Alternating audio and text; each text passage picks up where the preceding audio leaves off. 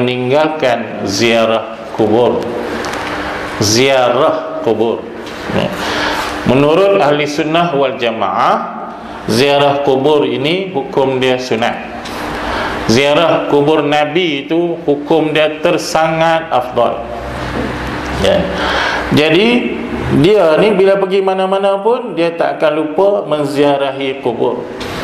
Kita ni kalau kita plan ziarah rumah adik-beradik lah, habis sangat pun rumah kawan. Itulah plan ziarah yang kita tak. Jarang-jarang kita pergi plan hari ni nak pergi ziarah kubur pula Kuala Lumpur. Dia kata buang masa. Sebab kita tak faham kan kesan kebaikan daripada yang ada di sana. Nabi sebut dalam hadis dia, kuntu nahaitukum an ziyaratil qubur fazuruha fa innaha tuzakkirukumul mauta wa talinu qulubukum. Dulu kata Nabi, aku melarang kamu dari menziarahi kubur. Dulu, waktu mana kata ulama? Waktu kamu baru memeluk Islam. Sebab waktu itu kamu masih terpengaruh kuat dengan adat-adat jahiliyah. Kalau kamu pergi ziarah kubur waktu dulu, mula-mula kamu memeluk Islam, kamu akan melakukan cara kamu pergi ziarah kubur mak pak kamu zaman jahiliyah. Aku larang kamu sebab kamu tak faham lagi agama Islam yang sebenar, kan? Tapi sekarang Nabi kata fazuruha, sekarang hendaklah kamu ziarah. Fa innaha, kerana menziarahi kubur itu kata Nabi, tuzakkirukumul maut, mengingatkan kamu kepada mati. Itu pertama. Kenapa? Ingat mati ini adalah satu perbuatan ya? Tak kot lah. Perbuatan kan ingat mati. Orang pakar bahasa lagi salah, dia komplain pula dah kan, boleh. Satu amalan yang baik Allah Ta'ala sebut dalam Quran, kan?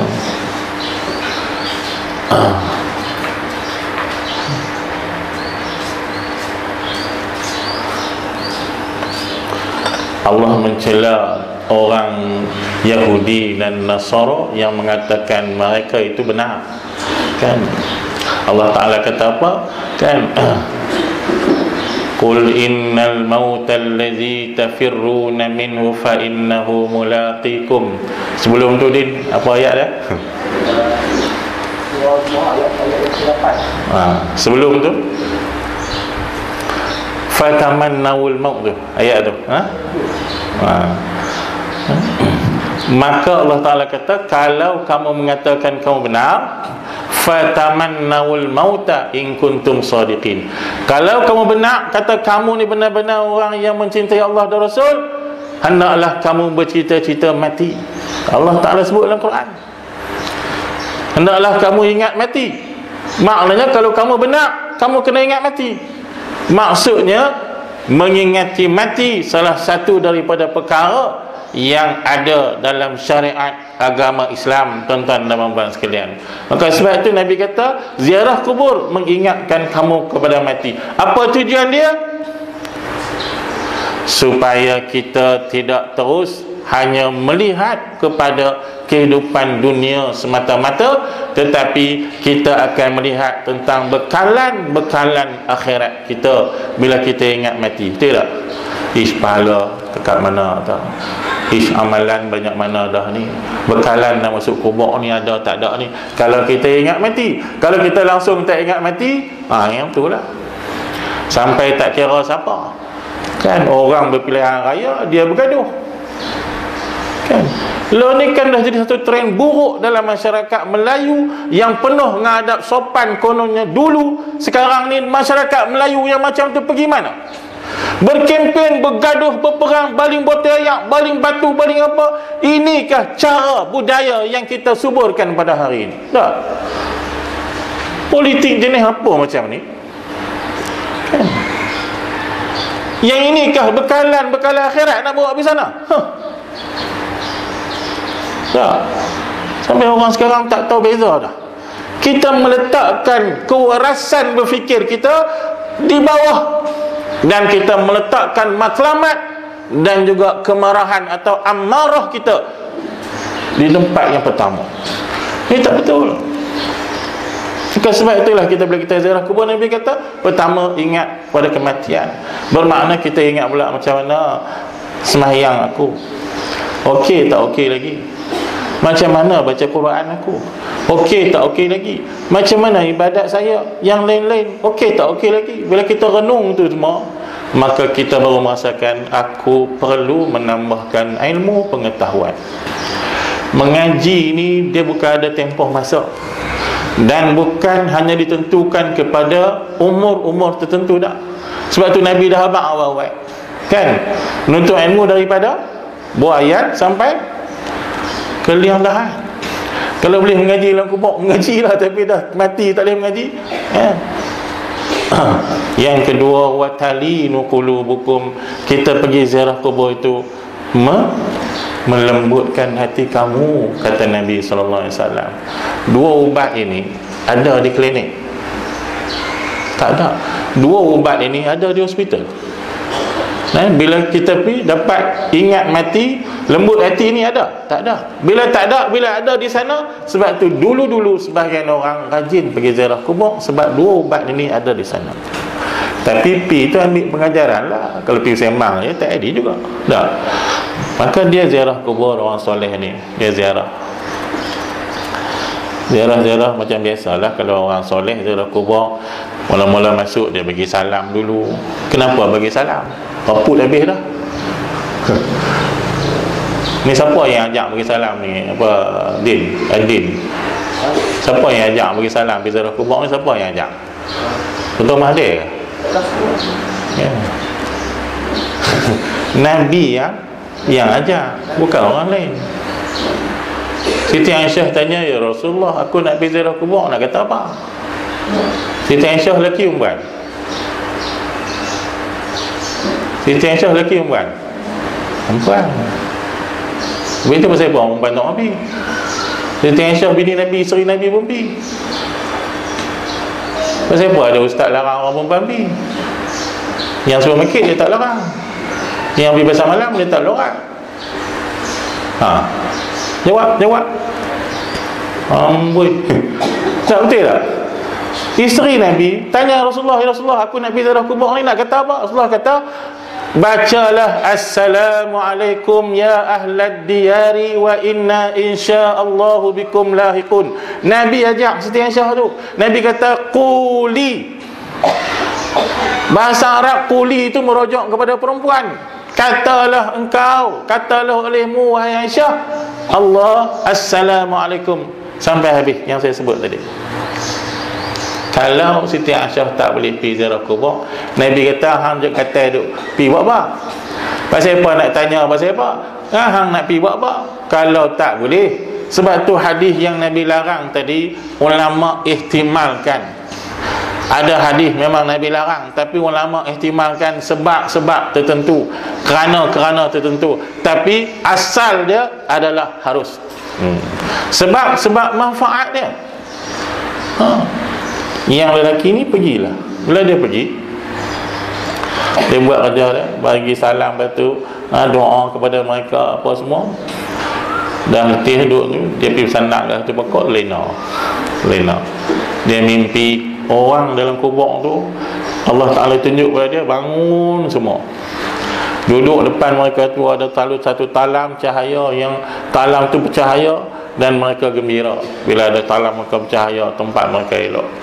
Ada seorang orang tua kan, duduk dalam keadaan sedih, tak depan dia tak ada apa, gelap. Maka lelaki ni heran, dia pergi, dia kata, pakcik, tapi yang ni cerita orang lelaki, sopalah, lelaki tu ayah kita, kalau perempuan mak kita, sopalah. Tak, jadi lelaki. Dia kata, kenapa pakcik, kubur pakcik lain pada orang lain, pakcik lain pada orang lain? Dia kata, mereka sopa pakcik lah, ada anak-anak belakang, tapi anak-anak mereka buat amalan kebaikan, hantar pahala kat mereka. Habis pakcik macam mana? Pakcik ada juga anak-anak, tapi semua tak peduli kat pakcik, semua kira kerja mereka saja, langsung tak ingat kat pakcik. tak hantar apa-apa pun kat pakcik. Tu bahasa dia. Kalau kita dengar waktu dia cakap tu, macam mana bahasa yang dia cakap betul-betul. Ni bahasa saya. Kalau dia cakap tu, waktu dia teringat, langsung anak-anak tak peduli ke dia. Yang dulu kan, kalau dia itulah seorang perempuan, dulu aku tatang, aku tatih kecil-kecil punya jaga. Sekarang langsung dia tak ingat kat aku. Yang orang lain, mak pak lain, semua anak-anak ingat apa perasaan dia pada waktu itu, tuan-tuan. Agak-agak kalau kita duduk tempat dia, kita seorang ayah, kita seorang mak, duduk tempat tu, anak-anak 4-5 orang duduk ada, semua pangkat bagus-bagus, semua kerja bagus-bagus, tapi langsung tak ingat pada kita, lupa kita susah. Sebab mana orang, bukan semua orang pasti atas dunia ini telah dapat bekalan yang banyak untuk bawa ke sana. Belum pasti. Yang ni di atas ikhtiar usaha kita, hidayah Allah Subhanahu wa taala, dan tengoklah kedudukan kita macam mana di sisi Allah Subhanahu wa taala. Lepas tu dia kata, bukan tak ada anak, ada, tapi dah tak peduli macam mana. Anak pakcik duduk di mana? Nah, kawan tu tanya, ni cerita ni mimpi. Dia kata duduk sekian-sekian kampung, sekian-sekian kampung, nama pun dia habaq. Anak saya nama sekian-sekian, duduk sekian-sekian kampung, berniaga kedai runcit. Dia kata kalau boleh, dia kata pihak tolong tak kat dia, ayah susah dalam kubur, tolong pihak bangsa kalau boleh. Dia jaga pada kubur, jaga pada tidur dia. Ni aku mimpi, tapi pelik mimpi ni. Dia nak pastikan mimpi dia betul, dia pergi cari kampung. Sebab kawan tu habaq dalam mimpi tu kampung semua, habaq kampung, habaq nama. Jadi kalau tak betul, tak akan betul. Kalau betul akan jumpa. Maka dia pergi kampung, pergi cari kampung. Maka betul jumpa kampung tu, dan pergi tanya, ada tak dalam kampung ni ada orang nega sekian-sekian nama? Dia berkata ada, kedai dia ujung sekian-sekian tempat pergi. Dia pergi jumpa semua kedai. Bermakna ini mimpi yang benar. Kenapa Allah Ta'ala nak bagi tahu kita adanya alam barzah, adanya kesenangan dan kesusahan yang benar seperti mana yang telah dinyatakan oleh Nabi kita sallallahu alaihi wasallam. Benar benda ini. Sebab itu masa talqin baca, kan kita baca benar. Wal jannatun haqq wan naru haqq. Semua baca benar. Memang benar. Jumpa anak. Lagi tanya, kamu sekian-sekian nama ke? Ya. Ni pakcik ni main mana ni orang, tak usah tengok ni. Kan orang menega mesti dia kenal orang kampung dia. Kalau dia tengok orang luar, mesti dia tahu ni bukan orang kampung dia. Pakcik datang dari mana? Saya datang pada sekian-sekian tempat. Betul tak ayah kamu simpan di sana? Betul tak? Sekian-sekian kampung. Betul ayah saya meninggal di sana? Saya datang dari sana. Tak siapa?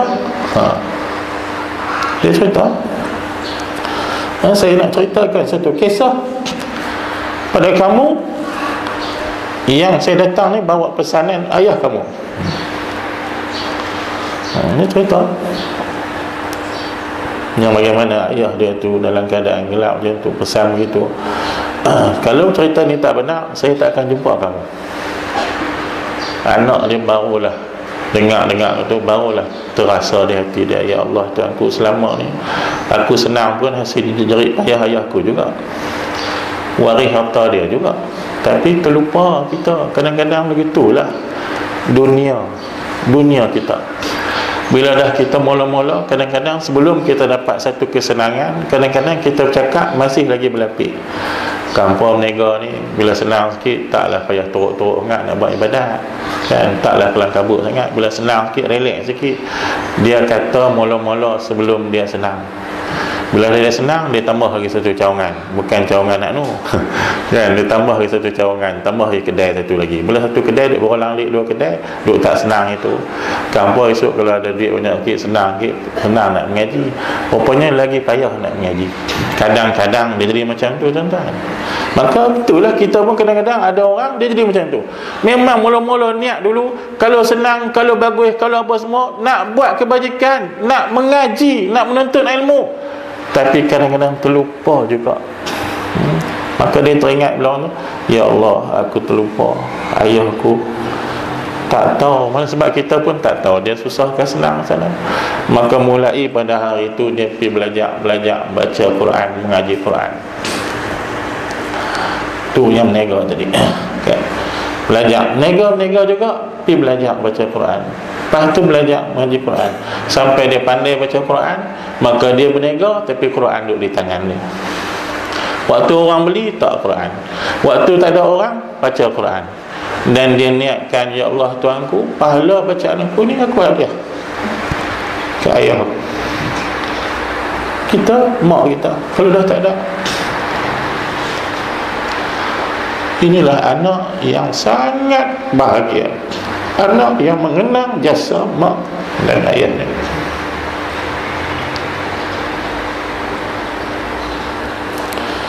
Tak apalah, cerita tu berlalu gitu. Orang lelaki tadi ikut sampai pusingan dia. Berapa tahun pula dia pusing sampai pula tempat tu. Pergi ziarah pula kubur yang sama juga, kampung yang sama juga. Selang berapa tahun yang lama ya. Sampai itu macam tu juga Tuhan nak tunjuk ke dia. Dia mimpi tidur di pokok tu, dia mimpi tengok orang di kubur tu bangkit. Kubur pakcik tadi paling terang daripada orang lain.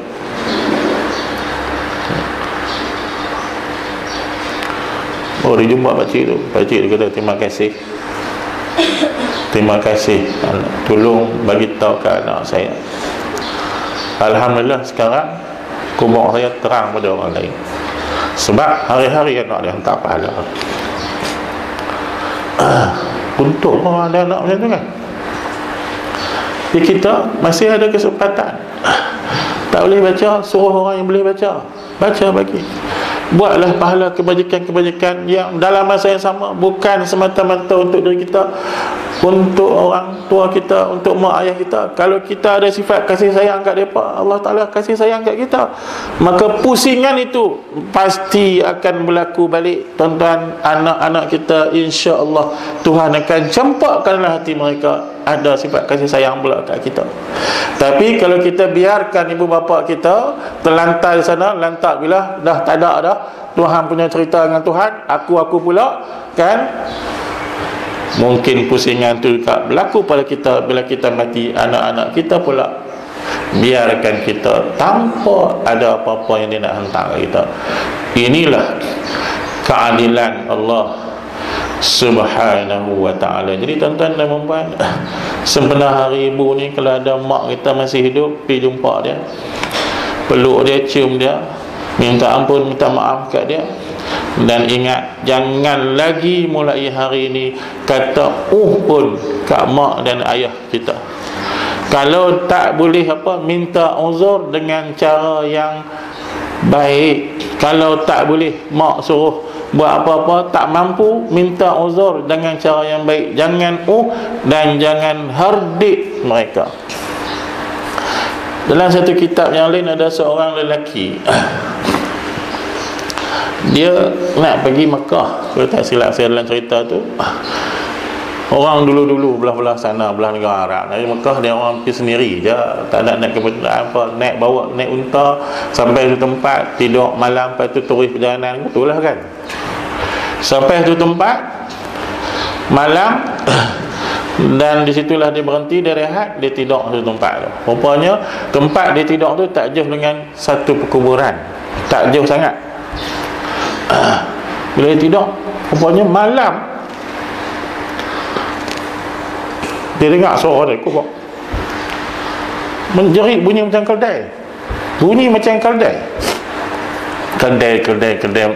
jerit tu. Tak tahulah bunyi kedai macam mana kan, bunyi kuda macam mana kita, tapi bunyi lembu saya tahulah kan.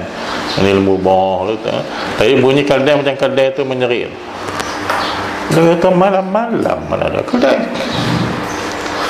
Dia pergi tengok rupanya kawasan tanah kubur.